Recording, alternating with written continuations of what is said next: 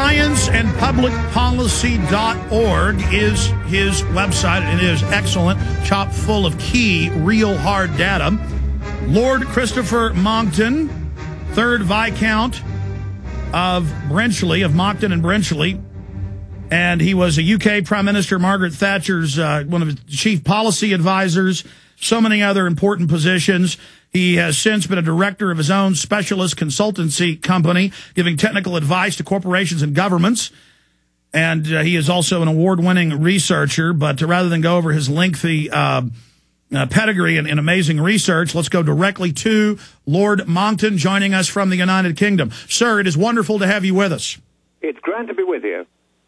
Amazing. And we've got you for a full hour. Our listeners are just absolutely in ecstasy right now because you and your clear, straight, piercing voice and intellect have been one of the main people just annihilating these frauds. It's good to have you with us.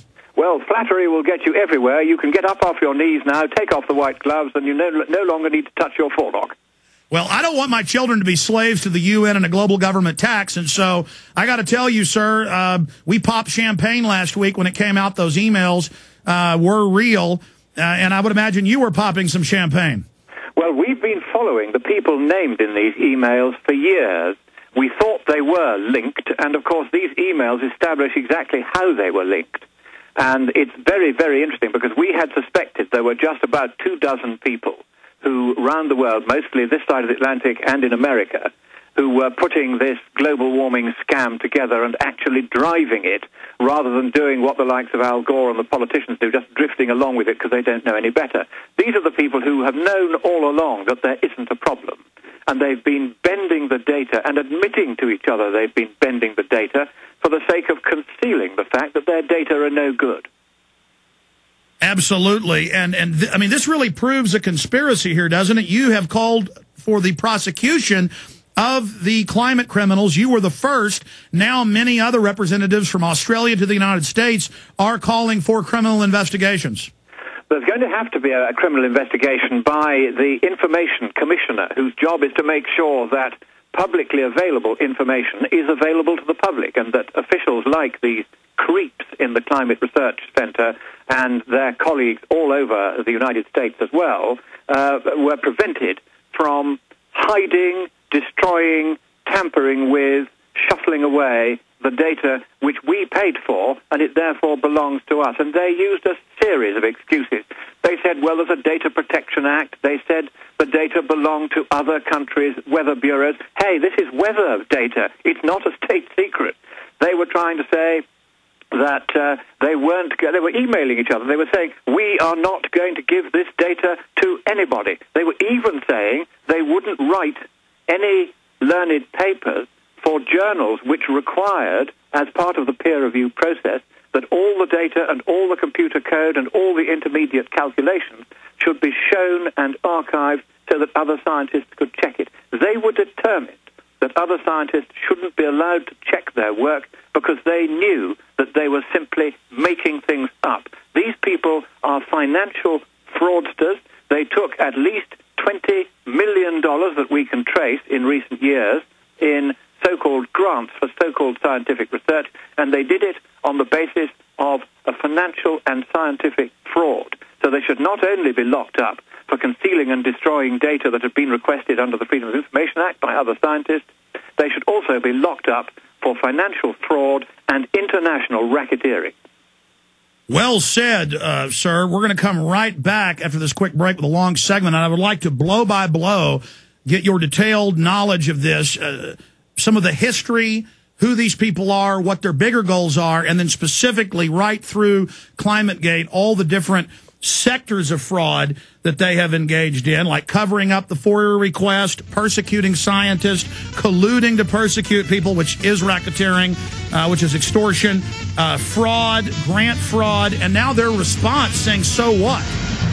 Well, for the rest of the hour, Lord Christopher Monckton, 3rd Viscount of Monckton and Brenchley, worked at the highest levels of the UK government at 10 Downing Street with one of the chief advisors to then Prime Minister Margaret Thatcher. You can find out more about his bio by visiting his website. We'll give that out again repeatedly before he leaves us. But some stations just joined us recapping. Lord Monckton, tell us about yourself. You've been talking about this for more than a decade, and now what Climategate means, the different sectors of fraud, and how you believe, from your perspective, this should be prosecuted. For those who haven't come across Climategate, this was the release of a large number of emails between about 24 malevolent, crooked scientists right at the top of the climatological tree. These are the people who, between them, have conspired to invent and then maintain the scare of global warming.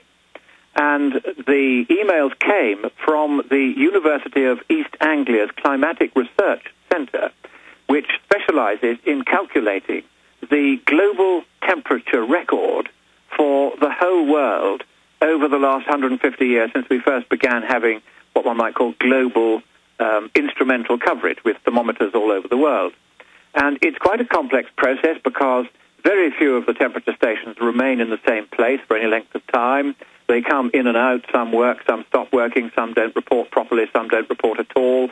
Whole chunks of Russia disappeared in 1990 when the Berlin Wall came down. So it's very difficult actually to make sense of all this data.